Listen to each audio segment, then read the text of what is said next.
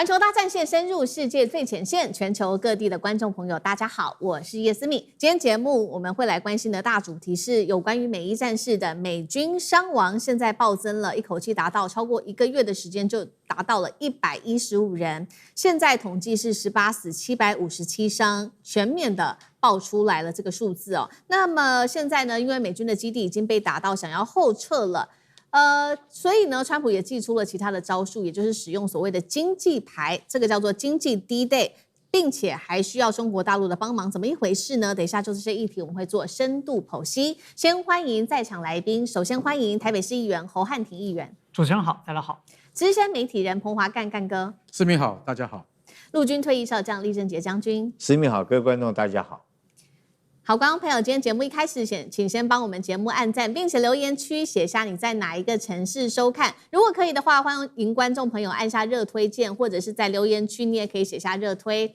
再次的提醒觀眾朋友，環球大戰線會員頻道已經成立了，大家趕快去環球大戰線的主頻按下加入，就可以成為我們的戰友了。今天有關於美伊戰事，我們要趕快來看到，尤其是有關於這一場戰事，美軍的傷亡賬本，現在說越藏不住了嗎？五角大廈現在有一個最新的資料顯示，美伊戰爭從當時開戰的2月28號打到現在最新的傷亡數字出來是18人死亡，757人受傷。注意了這個數字哦，其實呢，我們現在看起來它是一批一批的不斷的上升的，而這一次呢，五角大廈一口氣新增的受傷的人數是50個人，等於說短短的1個月，一口氣暴增了大約是115個人受傷，這是突然間一次性的爆出來的一個數字。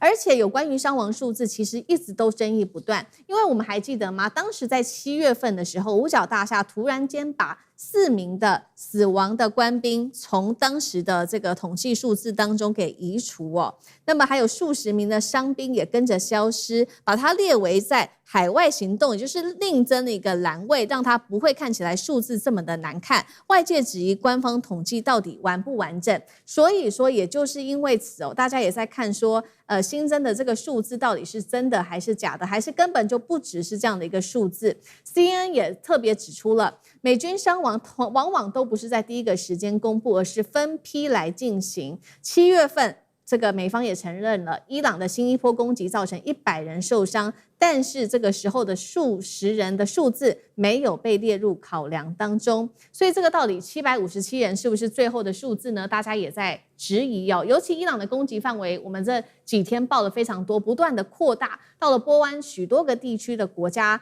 橫跨像是巴林、伊拉克，甚至是以色列、約旦、科威特、沙烏地阿拉伯、阿聯等等。傷亡數字持續的增加，有關於這些數字有沒有可能是美軍要刻意淡化有關於戰爭的這個數字？請教漢廷怎麼看？7月26號，美國國防部呢在國防傷亡分析系統的網站添加了一個網頁，叫做海外行動傷亡數字，把7月7號以來新一輪的傷亡名單單獨列出，不計入以前史詩怒火行動。就如果我們只看史詩怒火的那一欄，傷亡數看起來沒那麼多。而且呢，在美國傷亡分析系統啊，曾經有4名死亡人員和數十名的受傷人員從統計中消失後又恢復。那五角大廈解釋是臨時的數據中斷。那也因此，媒體和議員都質疑，是不是你要掩蓋一些傷亡？而且後來呢，美國的中央司令部他也不再向媒體記者提供美軍傷亡的最新情況了啊。那官方說這是為了安全需要，所以外界是沒有辦法實時追蹤，只能夠等待批量的更新。所以757是最終的數字嗎？大概不是，真實的傷亡人數根據 CNN 還有呢 Intercept 的估算，估計已經超過900多人。那因為伊朗的打擊也非常廣大，美軍的傷亡分布在巴林、伊拉克、以色列、約旦、科威特等一大堆的國家，所以這些廣泛的分布很可能漏報的幾率就很大。但是呢，為什麼需要去做拆表？如果我們從政治上面來分析啊，就為什麼要在7月26號拆分開來，而且就是在史詩怒火結束之後，被這個川普來這樣搞？因為我們要看時間點，5月5號，川普宣布史詩怒火行動結束了。7月7號，但美國對伊朗發動了新一輪的打擊。到了7月26號，就新增了海外傷亡的海外行動的類別傷亡。那8月19號合併之後的數字才曝光，說，怎麼感覺人數這麼多啊？所以很簡單，就川普想要讓史詩怒火的行動啊，停在一個相對好看的數字上。當初只有14名死亡啊，400多人受傷啊。然後7月之後，新的一輪呢另起爐灶啊，叫做海外行動。那這樣大家第一眼看到史詩怒火的時候，傷亡數字啊就不會太難看啊。所以這是川普他為了選舉，然後呢去包裝整個的數量。可是如果我們純粹從戰爭的層次上來看啊，美軍如果到現在應該要講說，相較於伊朗只有700多人傷亡啊。對。伊朗在第一年3月份的時候公布了，就多少人呢？就已經有超過2萬人的1500多人的死亡，2萬人的受傷。而且當中呢，大量是平民，甚至還有数百名的兒童。也別忘了，就從一開始最早的時候是打擊到了女子學校，是在上課時段有165名學校的孩童直接罹難身亡。那也才引發了全世界的關注。怎麼你美國、以色列打擊伊朗，那不是去打擊軍事目的，不是去打擊軍事設施，你是無差別轟炸，然後導致大量的無辜平民跟孩童傷亡。後續呢，又去襲擊了伊朗的什麼體育館啦，然後呢，這個運動設施啦，大量的學校、醫院、醫護人員，然後大量死亡，300萬人流離失所，50萬人無家可歸。這還是伊朗在今年3月份的統計，而後續更新的呢，肯定死傷更加的慘重。所以如果我们要說，哎呀，你看這個美國死傷了好多人吶，好可憐吶，但大部分他們都是軍人。可是真正伊朗被打擊到的、罹難的，那都是無辜的平民百姓。好，這場戰爭很不幸的造成美伊雙方有非常多的死傷數字。那有關於美軍的這個傷亡數字，現在有說法，就是我們剛剛看到的，是不是就是美軍特意去掩蓋這個數字的事實，不讓它一次性的披露出來呢？那另外一方面，我們也來真正來關心到是有關於美軍的基地哦，因為在這場美伊戰事當中，其實美軍基地部署在那邊數十年的時間，但是在這一場戰事當中，幾乎都被無差別的攻擊到了，所以美軍也現在在計劃，是不是來自於華盛頓郵報的報道，是不是要重新評估戰後之後呢，美軍在波斯灣的部署啊，這也會影響到的是美軍霸權在這邊的影響力。那他們現在有一些計劃，一共是3點。第一點是說，乾脆呢，美軍在波灣的軍事存在就讓它縮小好了，那也不要再按照原本規劃那樣大規模的重建，這是第一個。第二個，基地直接往西移，可能移到的地點包括了以色列、約旦、沙烏地阿拉伯的紅海沿岸。第三個，乾脆就直接把它關閉，就是說，如果是在伊朗的射程之內的基地，乾脆就直接把它關閉好了。但是現在要注意到的事情是說，如果你是怕被伊朗攻擊的話，怕是在它的射程之內被它攻擊的話，那你就把它關閉的話，那恐怕有很大的這個問題。因為呢，其實我們看到伊朗它的遠程打擊可以到非常遠的地方，甚至在今年的7月份，約旦的空軍基地都遭到伊朗的飛彈攻擊，當時還造成3名美軍死亡跟數十人受傷這樣的一個慘劇哦。那再來就是說，要不要移開在波灣地區的美軍基地，很關鍵的原因是因為美軍在這邊控制了數十年的時間，早就建立了一張很完整的基地網。如果它離伊朗近的話，它的反應速度當然是最快的。但是如果移太近的話，我們看到如果在伊朗的附近，又會成為箭靶。現在讓美軍真的是非常的為難。酈將軍怎麼看？其實我一直觀察這次美伊的戰爭，我如果說是美國現在真的有這種規劃，準備要軍隊要選擇撤離這個波斯灣來講的話，我認為就伊朗來講，他不但獲得戰爭勝利的初期戰果，也獲得他擴張的戰果，那現在更獲得他戰略追擊的戰果都獲得了哈。因為伊朗來講，初期來講，他可能要保住他的政權，要保住他繼續能夠發展他的核武器、核設施哈，然後之後來講，美伊開戰之後，他的戰果獲得戰果就是荷姆茲海峽，他的話語權掌控在他。那現在來講的話，我講他戰略追擊的戰果就是讓美軍整個撤離波斯灣。但是你要知道，這個從歷史來看，美軍為什麼會在波斯灣？當初不就是因為美國自己的貪婪跟自己的霸權嘛？他認為說是我控制了整個波斯灣這一塊的土地。產有非常豐富的這種油源哈，所以他必須要駐軍在這個地方，主要是掌握這個地方的油源。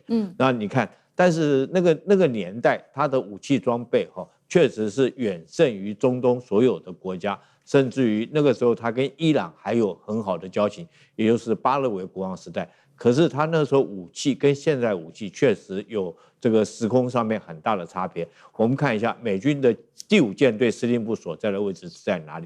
它在巴林哈，巴林也就是整個波斯灣中間的一個島，在那個地方。他如果說海軍第5艦隊控制在這個地方，那等於說北邊啊，包括到伊朗，左邊科威特，後邊沙特，右邊來講阿聯酋，右邊來講阿聯酋哈，或者是這個阿曼來講，這些國家都是在他的武力的這種打擊的範圍之內。所以這些國家哈，講好聽一點，美軍在保護這些國家；講難聽一點，他就是我軍隊就擺在這個地方，你們必須所有人都要聽我話，就像一個流氓啊，住在你家客廳裡面哈，那就住在你家客廳裡面啊，包括你的臥室、你的廚房什麼東西來講，你都必須要聽他的，不然的話，你聽他的，他說我保護你；你不聽他的，他就打你。但是沒想到這場戰爭，因為武器裝備的射程的遠大哈，包括到伊朗這次我們看到他用的導彈或者是無人機，射程動輒這個遠的話到1-2千公里，無人機打擊的範圍也400-500公里，幾乎美軍在這個地方所有的基地都是在伊朗的打擊範圍之內。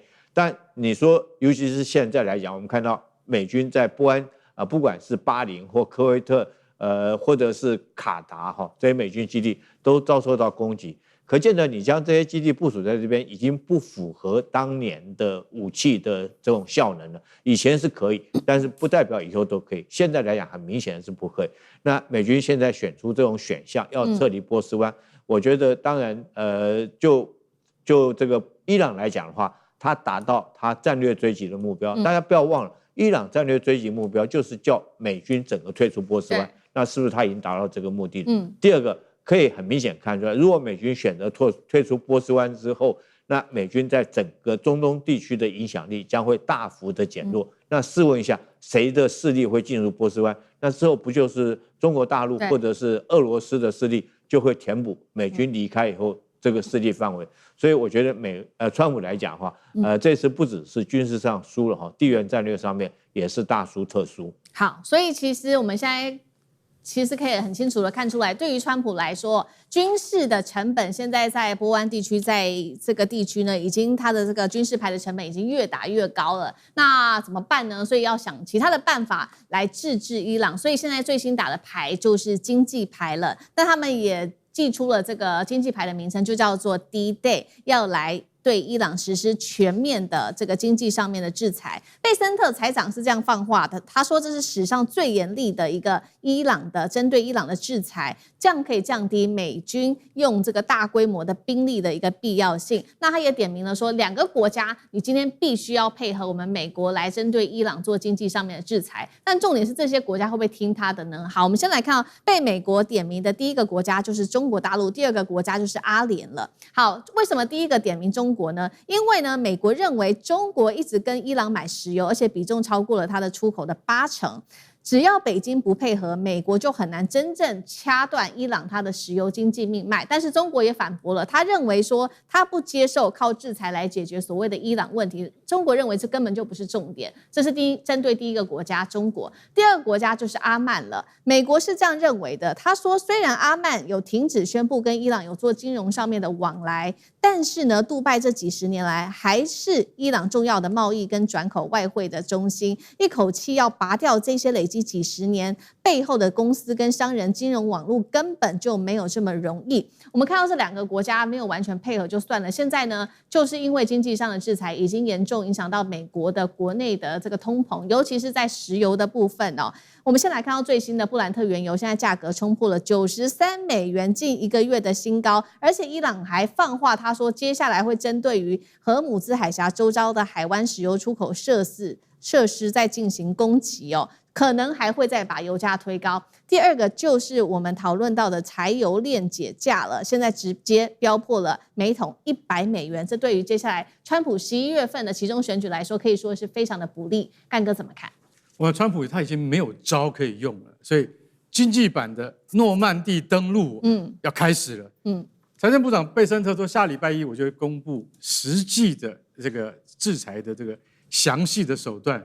我聽了半天，我覺得啊，諾曼底登陸啊 ，D-Day 啊，嚇死了！為什麼？因為 D-Day 就代表說什麼？就代表說那個是絕對是全面大規模的報復行動。代表1944年6月6號的那次諾曼底登陸又要再次重現了嗎？啊，不是，我現在是展現在經濟的手段上，而且我跟你講，會做得非常徹底，讓伊朗哇哇叫到舉這個白旗投降。覺得這個可能性真的是不高。為什麼？經濟制裁對於伊朗這樣的文明古國而言，其實我說句實在話，它雖然說它現在已經非常的現代化，但是伊朗的經濟體不是像我們一般西方民主國家用那樣子的 financial 的那樣子的量化可以去判斷出來說，如果它遭受到巨大的經濟制裁，因為要知道伊朗遭受經濟制裁已經超過10年以上，被美國制裁已經這麼久了。你說他的這個國家有因為這樣而頹圮而傾倒嗎？並沒有。那當然，他最近在這個波斯灣的戰爭上面，荷姆茲海峽啊，油輪不能進不能出，對自己本身也有影響。可是伊朗仍然能夠靠出售石油得到什麼？得到他國家的外匯收入，靠的是什麼？靠的就是阿拉伯聯合大公國這個酋長國，所以伊朗在那個杜拜設置了非常多空投公司，空殼公司。其實說白了，這些公司就是 IRGC 設立的，就是革命衛隊設立的，這些公司設立，它就是伊朗在針對國外的石油利益的收購以及換匯的這個利益上，都是由這些空投公司所收進來的。所以其實在阿拉伯聯合大公國對他來講的話，其實是非常重要的。杜拜始終是伊朗的一個什麼？伊朗它可以化身躲在那個杜拜後面啊，就德黑蘭躲在杜拜後面，它還是能夠取得外匯。其實這個非常重要，就是說外匯就是美金。如果沒有美金的話，伊朗它很難支撐它國家的經濟啊。以前我們台灣有一句這個有首歌叫“沒有台幣沒關係啊，美金也可以啊。如果台幣跟美金都沒有，那王八烏龜才會愛你啊。”所以我可以告訴你，這一首歌的意思是告訴你說，杜拜它仍然需要伊朗在這邊設置的這些空投公司。為什麼？那也是外匯收入的一種。而且最重要的是，阿聯在南岸，伊朗在北岸，中間就是荷姆茲海峽。他們兩個是，就是說隔着海峽相望的鄰國。你跟你的鄰國完全翻臉的話，對你絕對不是好事。對，所以阿聯他現在不太敢完全翻臉。可是美國又要後面推他說，告訴你哦，連坐法準備。如果你再資助伊朗的話，我可以告訴你，連你我都要懲罰。那阿聯就非常為難啊，對不對？他能夠怎麼樣呢？所以我覺得現在就是兩邊他都必須要須臾尾舌，他既要維持當地的那個安全，可是伊朗這個時候他也發出了，他18號他竟然發了2枚彈道飛彈打到了阿聯的國境裡面，就告訴你說，如果你再聽美國的，我就要有適當的報復。所以其實老實講，美國、伊朗跟阿聯3國都在尋求一個平衡點。但是如果美國真的要祭出這個超級報復手段的話，那阿聯是不是要完全聽美國的？這是一個很大的問號。就算阿聯聽了美國的，不再資助伊朗或幫伊朗轉匯美元，那伊朗就會因此而倒下來嗎？我看也未必。因為為什麼？中國的態度最重要。如果中國還是支持伊朗的話，美國這一招也是沒有用的。好，謝謝幹哥。那我們休息一下，馬上回來。觀眾朋友們，我們要開會員頻道啦！因應呢美中、中東還有印太的亂局，你看到的是新聞，我們看到的是背後誰在操控這個世界。加入會員可以取得獨家視角的通行證，你將優先取得更深的觀點判讀，包括了核心真相分析、歷史脈絡拆解、局勢推演邏輯。同時解鎖會員勳章、優先互動權、問題解析、幕後花絮，支持我們制作高品質的影片。點擊下方的加入鍵，一起成為戰友吧！我們會員頻道見。